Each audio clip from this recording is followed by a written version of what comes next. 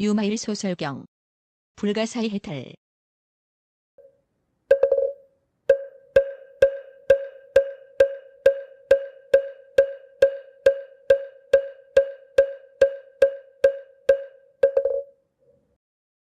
부처님께서 천재에게 말씀하셨다.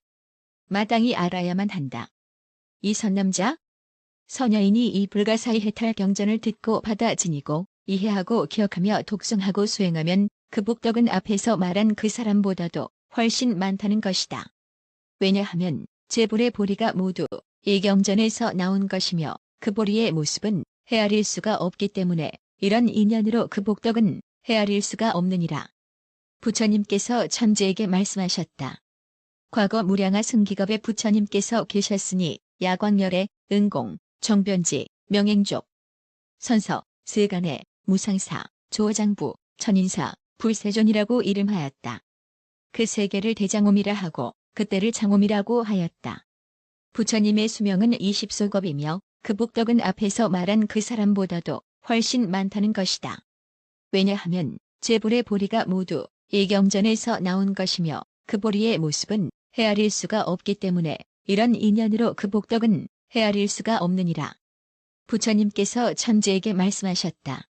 과거 무량하 승기겁에 부처님께서 계셨으니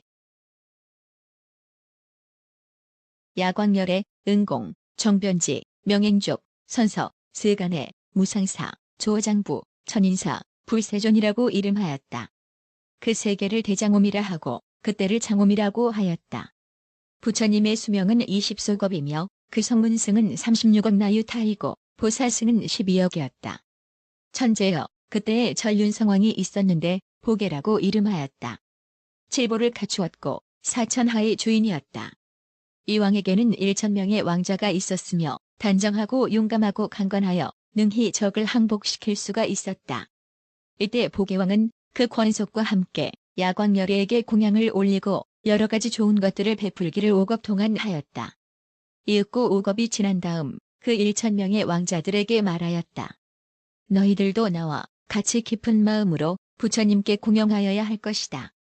그리하여 1,000명의 왕자들은 부왕의 명을 받들어 야광열애에게 공양을 올리고 온갖 좋은 것들을 베풀기를 5겁 동안 하였다. 그 왕자 중에 월계라고 하는 아들이 있었는데 그는 홀로 고요히 앉아 생각하였다. 도대체 이보다 더 훌륭한 공양이 또 있단 말인가? 그때 부처님께서 신통력으로 공중의 천인으로 나타나 말하였다.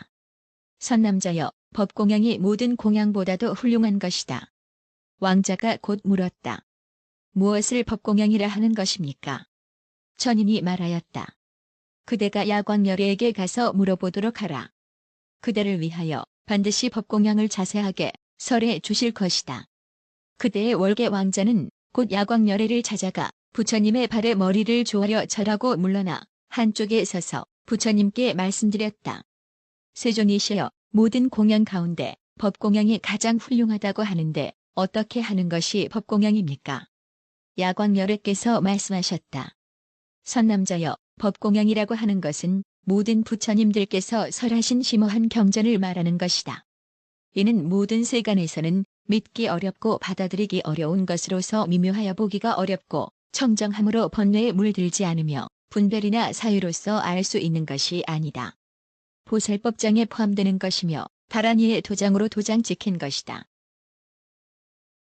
이 경전의 법은 불퇴전에 이르는 것이며 육바라미를 성취하고 뜻을 바르게 분별하며 보리의 법에 잘 따르며 모든 경전의 위에 있고 대자비에 이끌어들이고 모든 마군의 장애와 온갖 삿된 견해를 떠나 있으며 인연의 도리에 따르고 아도 중생도 수명도 없으며 공하며 무상이며 무작이요 무기이며 중생으로 하여금 도량에 앉게 하여 법륜을 굴리게 하며 제천과 용신, 건달바들이 한결같이 이를 칭찬하며 중생을 부처님의 법장에 이끌어들이고 모든 현자와 성인의 일체 지혜를 모두 포용하며 보살이 행해야 하는 길을 설하며 제법의 실상의 의미를 따라 제법은 무상하고 괴로움이고 공하며 무아이고 정멸의 법을 밝혀주며 모든 계를 지키지 않는 중생들을 구제하고 모든 마군과 이교도와 탐욕으로 얽힌 사람을 두려움에 떨게 하며 제불과 현성이 함께 칭찬하며 생사의 괴로움을 등져버리고 열반의 즐거움을 나타내 보이며 시방의 3세 재불이 설하시는 것이다.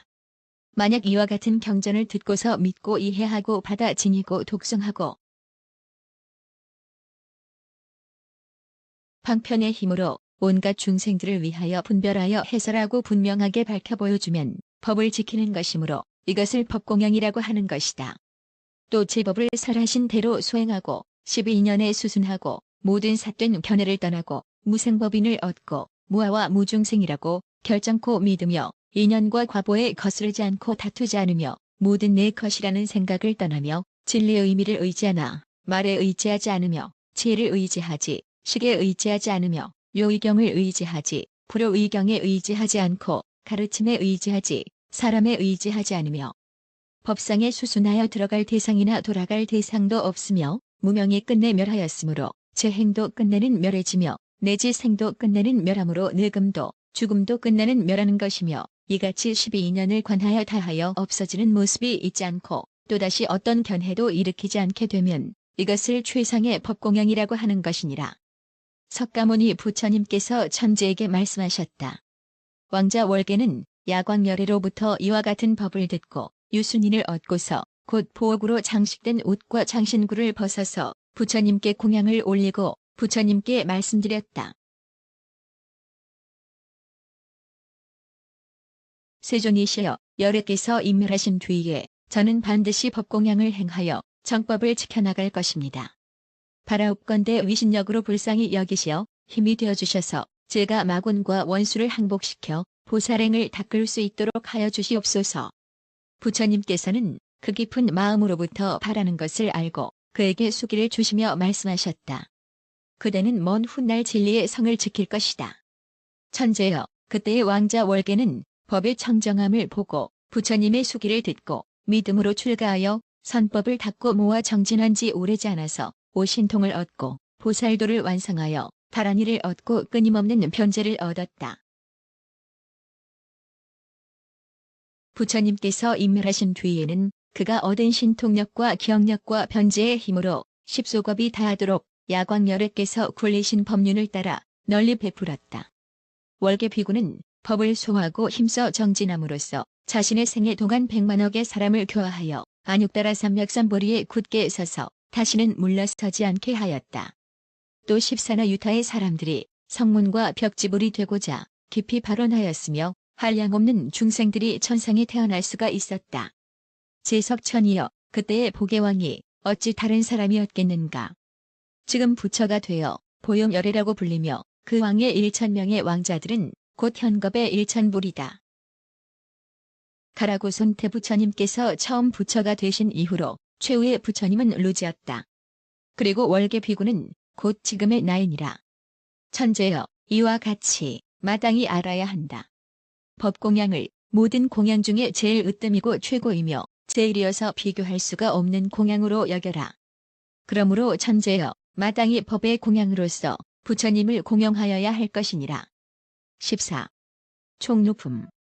그때의 부처님께서 미륵보살에게 말씀하셨다. 미륵이여, 내가 이제 무량억 아승기겁에 걸쳐 모아온 안육따라 삼맥삼보리의 법을 그대에게 부축하고자 한다. 이 같은 종류의 경전은 부처가 임멸한 뒤에 말세에 너희들이 마땅히 신통력으로 널리 설하여 유포시켜 연부지에서 단절되지 않도록 하여야 한다. 왜냐하면 미래세에는 마땅히 선남자, 서녀인과 천인, 용, 귀신, 건달바, 나찰 등이 안육따라 삼맥삼보리심을 일으키고 대승법을 좋아하는 이가 있을 것이기 때문이다. 만약 이러한 경전을 듣지 못하게 한다면 그때는 뛰어난 이득을 잃게 될 것이다. 이 같은 사람들은 이들 경전을 들으면 반드시 대부분 마음으로부터 믿고 기뻐하여 희유한 마음을 낼 것이다. 마땅히 이 경전을 받들어서 모든 중생들의 근기에 맞게 이익을 얻는 것에 따라서 널리 설해 주어야 한다. 미륵이여, 마땅히 알아야만 한다. 보살에게는 두 가지 모습이 있으니 어떤 것이 두 가지 모습인가 하면 하나는 잡다한 글귀나 화려한 문장의 수식을 좋아하는 것이며 또 하나는 심오한 뜻을 두려워하지 않고 여실하게 깊이 깨달아 들어가는 것이다. 만약 잡다한 글귀나 화려한 문장의 수식을 좋아한다면 마땅히 알아라.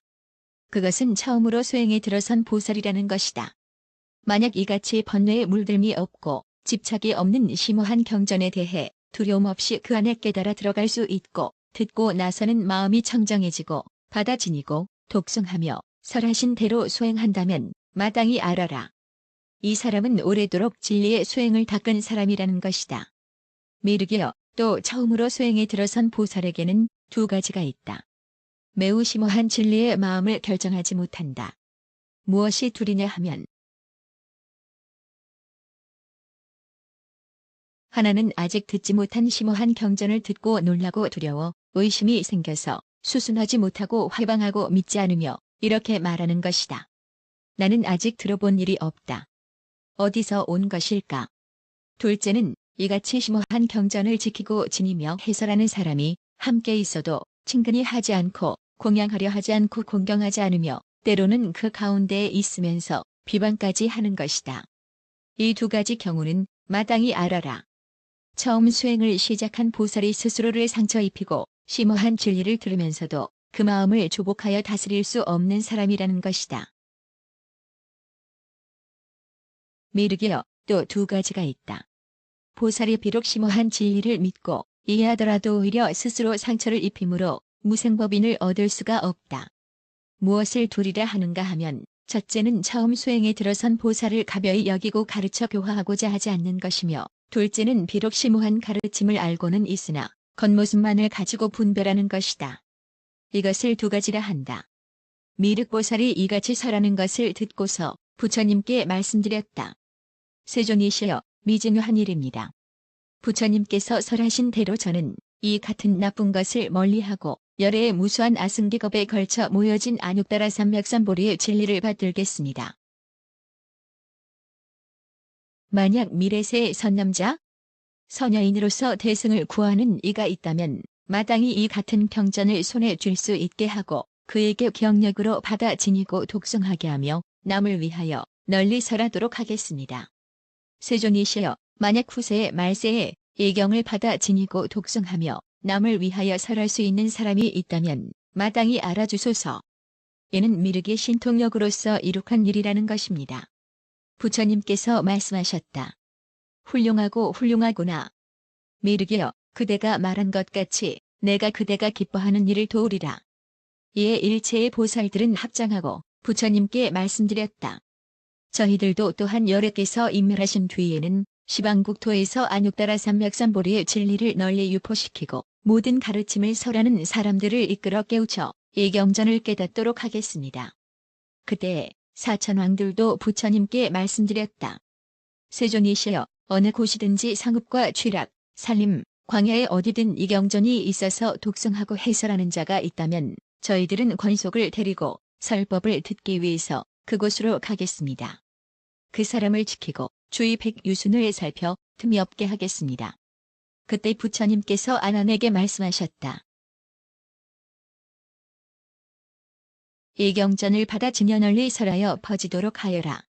아난이 말씀드렸다. 네, 제가 이미 중요한 것을 받아 지녔습니다. 세존이시여, 이 경전의 이름을 어떻게 불러야 마땅합니까? 부처님께서 말씀하셨다. 아난아, 이 경전을 유마일 소설이라고 이름하며 또 불가사의 해탈법문이라고 이름한다.